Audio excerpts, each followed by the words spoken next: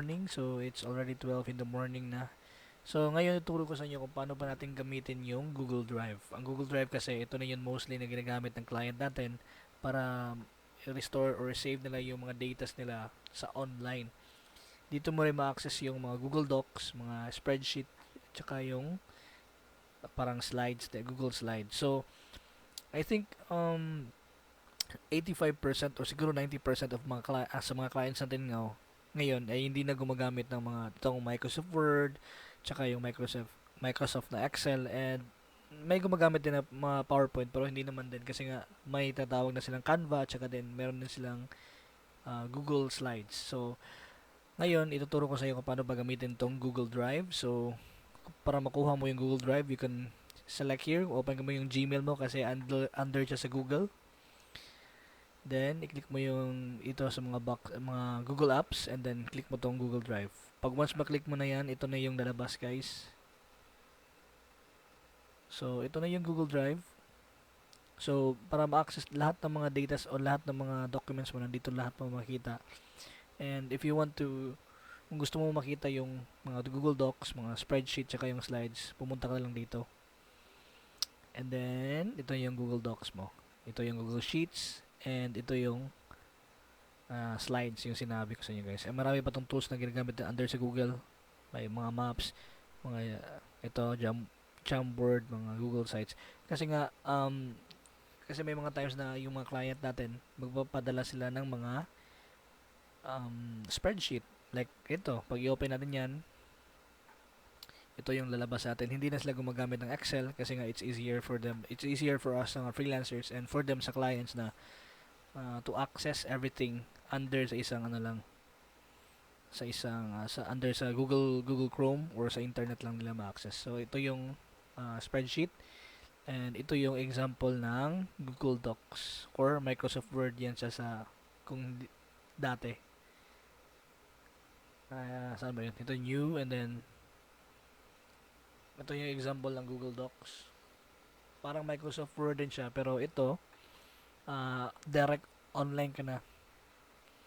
So, pwede ka maglagay ng title dyan. And then, pwede ka gagawa ng application letter dito. Hello. Then, pwede mo siya ma-separate into page. Like, say for this one example. And then, click mo yan as title. And then, makita mo dyan sa left. Pwede mo siya ma-access mo siya easier. And then, let's say for example, next text. Nilagay natin dyan parang header lang or subtitle, heading 1, pwede mo siyang ganoon. So, pwede mo siya mag-text, ganoon. And then, let's say for example, last text, pwede mo siyang malagay sa, depende. Okay? So, yan ang mga example natin sa Google Docs. So, dapat kung hindi ka pa naka-experience ito, I think it's really important din na to know all these tools.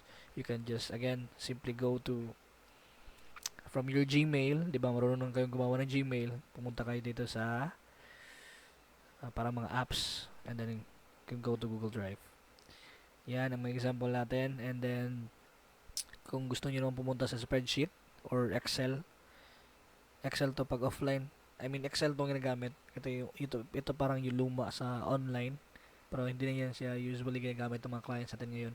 Nasa spreadsheet na yan sila lahat. Okay, so example. And then, it's the same with Excel, pero yun nga, mas easier ma-access ng client mo at sa'yo kasi nga online siya. So, pwede mo ito ma-share. Yan. Okay? And then, sa slide naman, pumunta ka dito sa new, blank presentation. Ito yung parang PowerPoint nila na product.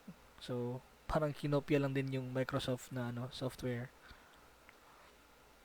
Very basic din. Yan.